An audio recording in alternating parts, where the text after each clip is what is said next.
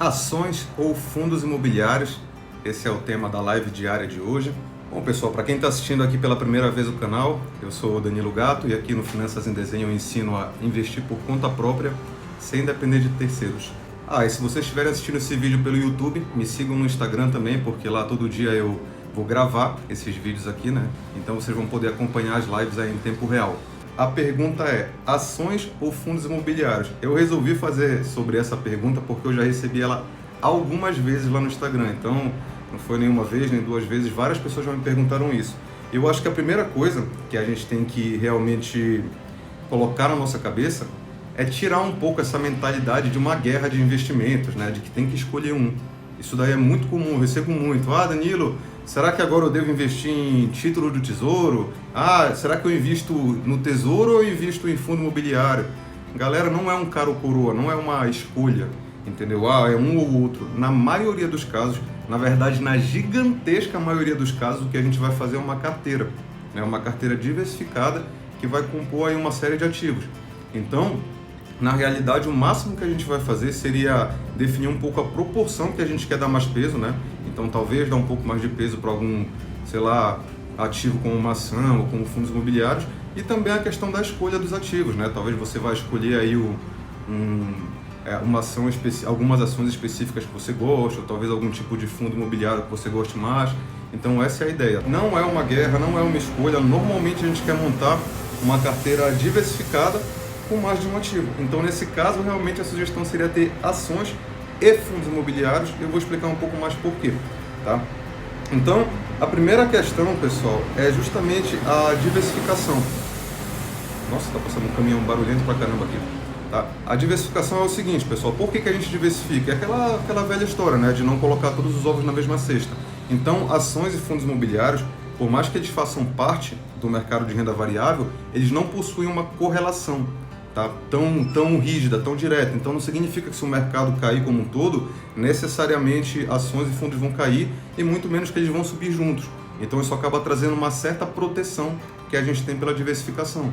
Então eu posso até citar aqui como um exemplo, lá no mercado americano a gente teve ali nos anos 2000 a bolha.com, que foi quando aconteceu ali na Nasdaq, né, uma das bolsas do mercado americano. Para quem não sabe, aqui no Brasil a gente tem só a B3, mas no mercado americano a gente tem mais de uma bolsa, a gente tem algumas lá, né? Você tem a Dow Jones, você tem a NYSE, você tem a Nasdaq, e a Nasdaq é uma das que mais tem as empresas de tecnologia. Então ali nos anos 2000 você teve a bolha.com, quando essas empresas tiveram uma valorização absurda, né? Você teve um descolamento da realidade em relação à precificação dos ativos, e logo em seguida aquela bolha estourou. O que aconteceu? Ela impactou muito o mercado de ações, mas o mercado de real estate, né, que são os REITs, que são aí os primos dos fundos imobiliários que a gente tem aqui no Brasil, não foram tão impactados. Assim como aconteceu em 2008, quando você teve aquela crise do subprime lá, né, que a gente teve até lá naquele filme A Grande Aposta. Aquilo impactou muito o mercado imobiliário, mas não impactou tanto assim o mercado de ações. Então, essa diversificação entre as duas classes pode trazer uma coisa muito interessante para a gente, em termos, primeiramente, na realidade, de diversificação de risco. Existem eventos ruins que vão atingir um e não vão atingir o outro, tá? Então, isso já é um dos motivos pelos quais a gente deveria diversificar. E o outro motivo é porque eles têm características diferentes que podem ser interessantes para a gente, tá? Por exemplo, os fundos imobiliários têm aquela questão de pagar dividendos mensalmente, tá? Coisa que as ações não têm. As ações, elas pagam os proventos, né? Não é dividendos, é proventos. Os proventos das ações são pagos em períodos irregulares, tá? Então você vai ter ações ali que vão pagar os seus dividendos semestralmente, outras vão pagar anualmente. Então, para alguém que está querendo montar uma carteira com fluxo de recebimento um pouco mais constante, os fundos imobiliários vão ajudar bastante. Só que ao mesmo tempo os fundos imobiliários têm uma fraqueza.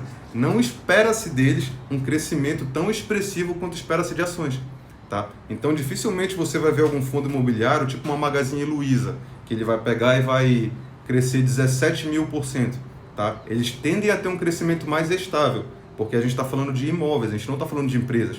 Empresas que possuem essa situação de poder, de repente, começar a ganhar mais mercado, valorizar muito e crescer um absurdo. Os imóveis não, os imóveis têm aquele crescimento constante, que depende um pouco lá do zoneamento da cidade, aí uma certa área começa a ficar mais valorizada, aí talvez um certo setor da economia começa a precisar de um certo tipo de imóveis e aquele fundo se beneficia disso. Então é um crescimento um pouco mais moderado, tá? Então os fundos imobiliários te trazem uma renda, né, mensal um pouco mais constante, só que ao mesmo tempo eles não vão te trazer essa expectativa de crescimento muito grande. Já as ações, elas vão te dar esse rendimento aí um pouco mais inconstante, né? São pouquíssimas as ações hoje que pagam mensalmente, se eu não me engano são 3, o Itaú, o Bradesco e o Banestes, né? 3 bancos inclusive, né? Então se você quisesse ter uma carteira que te pague mensalmente, né, todo santo mês com os mesmos ativos, você tem que ter 3 bancos, tá? Então, enquanto que nos fundos imobiliários isso não é uma realidade, mas as ações podem crescer muito, tá? E aí você também tem uma outra situação que eu queria dizer agora para quem está começando na renda variável, né? Eu recebo muito essa pergunta também. Danilo, eu estou começando agora na renda variável, por onde eu começo? Por ações, por fundos imobiliários? Para quem está começando, como eu já disse, o ideal é você mirar em ter os dois um dia. Mas se você vai começar, tente começar pelos fundos imobiliários a princípio. Por quê? Alguns motivos. Primeiro, eles possuem menos volatilidade do que as ações. Para quem não sabe, volatilidade é aquela oscilação de preço que acontece no dia a dia. Então, quando a gente pega um histórico de ações e de fundos imobiliários, os fundos imobiliários têm ali mais ou menos 1/3 da volatilidade das ações.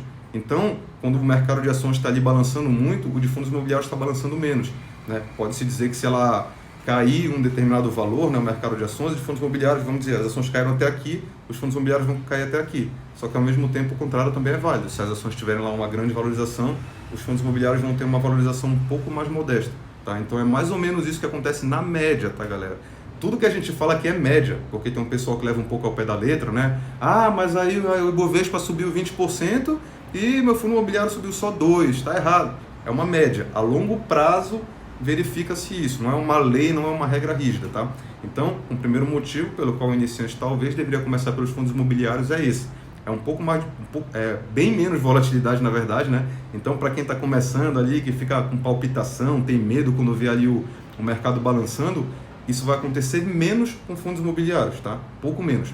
Bom, a segunda questão é essa renda mensal isenta de imposto de renda, tá? Então, isso é uma coisa bem interessante vocês saberem, né? Os fundos imobiliários e as ações pagam esses proventos, né? Para quem também não sabe o que é proventos são esses benefícios que os fundos e as empresas pagam aos acionistas, né? Dividendos, juros sobre capital próprio, os aluguéis dos fundos imobiliários. Então, o nome disso como um todo, né, é proventos, tá? Então, os proventos, tanto dos fundos imobiliários quanto de ações, são isentos de imposto de renda. Só que nos fundos imobiliários é mais legal porque eles pagam todo mês. Então, para quem busca uma carteira com fluxo de pagamento mais constante, mais fácil de você controlar, tende a ser um pouco mais interessante você colocar um pouco mais de peso em fundos imobiliários, tá? Eles, inclusive, são, eu digo que são alguns dos melhores amigos de quem já está em fase de usufruto, tá? Para quem está em fase de acúmulo, essa expectativa de um crescimento maior de ações pode ser uma coisa interessante para quem não tem medo de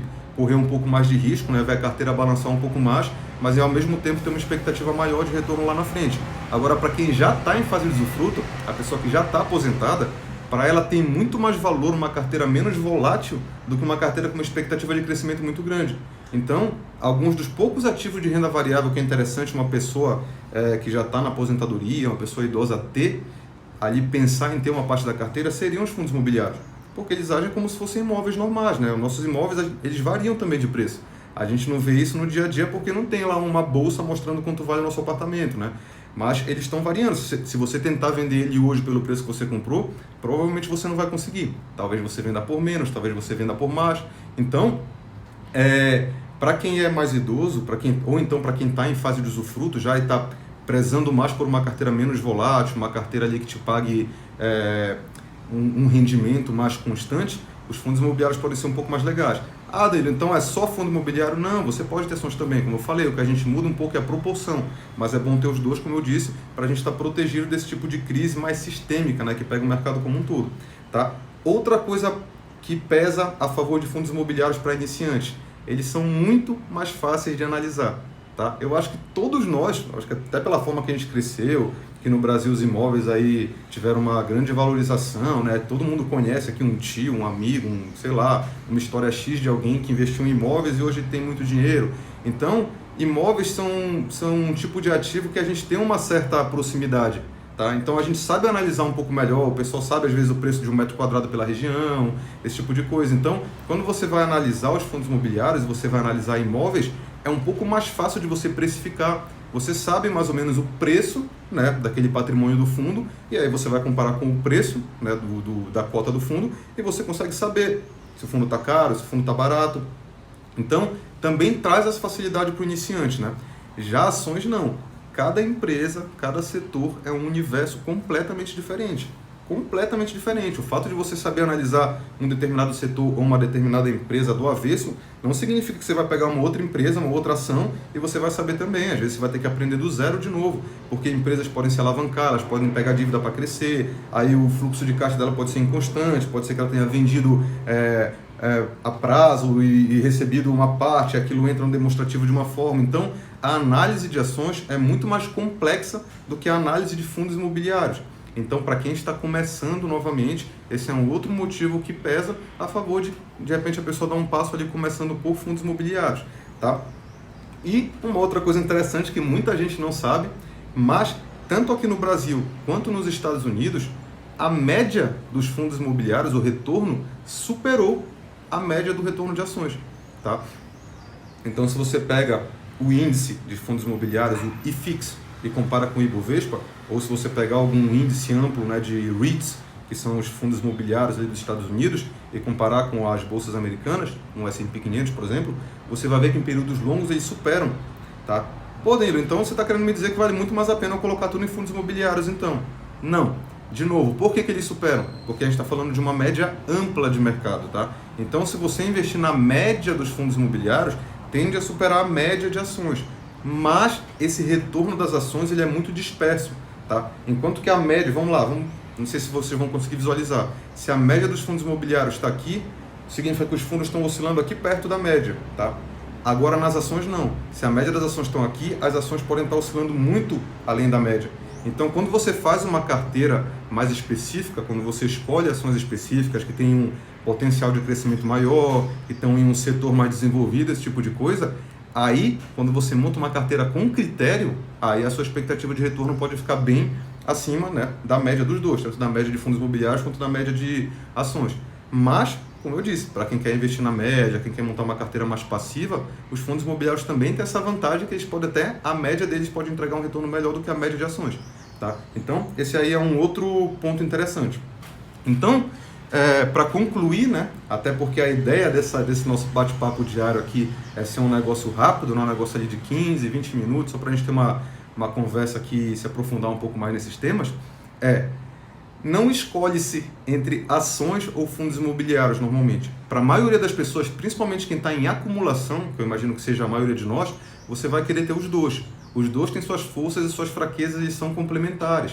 Vai fazer a volatilidade da sua carteira diminuir, vai fazer suas chances de acerto a longo prazo ser maior, tá? Quando a gente vai escolher, eu vejo assim agora de bate-pronto em duas situações específicas, pelo menos duas, né? Uma situação é você já é uma pessoa que está usufruindo hoje, né, de fundos imobiliários ou de ações, está ali naquela parte de usufruto, aí talvez você vai escolher, de repente, fundos imobiliários, porque eles são menos voláteis, aí você quer aquela renda mensal consistente, aí pode ser que você escolha eles. Ou se você já é uma pessoa mais avançada, que tem um amplo conhecimento de mercado, estudou bastante e você tem fortes motivos para acreditar que um ou outro talvez vai te trazer uma expectativa de retorno muito maior e você quer fazer essa aposta. Você de repente fala assim, pô, legal, entendi que os dois são legais, mas no meu estudo, na minha visão, por tudo que eu analisei aqui de mercado, eu acredito que a expectativa de ações a longo prazo é muito maior, por mais que ela oscile. Eu não me importo com oscilação, então eu não vou ter fundos imobiliários, eu vou ter só ações e vou investir para daqui a 30 anos e essa é a minha estratégia. Então, é como eu falei, são duas situações específicas. Aqui é a minoria, é a exceção. Quem já está em usufruto e alguma pessoa muito avançada que quer fazer aposta. Agora, 99% do mercado, das pessoas que estão em acumulação, estão no meio do caminho ali da carteira, elas vão fazer muito bem em ter os dois na carteira, né? E você compor, você diversificar a carteira tendo tanto ações quanto fundos imobiliários, e o máximo que você vai fazer é ali ver qual proporção você talvez queira dar mais peso de acordo com o seu perfil. Lembrem de perguntar as dúvidas de vocês na caixa de perguntas, que aí eu vou sempre escolher alguma nova pra gente bater um papo aí todo dia. Então é isso, galera. Até amanhã. Todo dia, enquanto não tiver um horário fixo, eu vou colocar nos stories qual vai ser o tema do dia e qual vai ser o horário da conversa. E também, se vocês tiverem alguma sugestão para o tema, algum assunto, de repente sair alguma novidade e tal, me mandem direct, que enquanto o perfil for pequeno eu vou tentar aí responder todo mundo, tá certo? Pessoal, muito obrigado aí para quem tá comentando, quem gostou, curtam lá o vídeo, compartilhem com o que vocês quiserem. E a minha ideia é fazer esse bate-papo diário por bastante tempo. Vou ver se eu consigo colocar uma meta de 1 ano aí, de fazer 365 bate-papos aí seguidos, beleza? Bom sábado aí para vocês e até amanhã.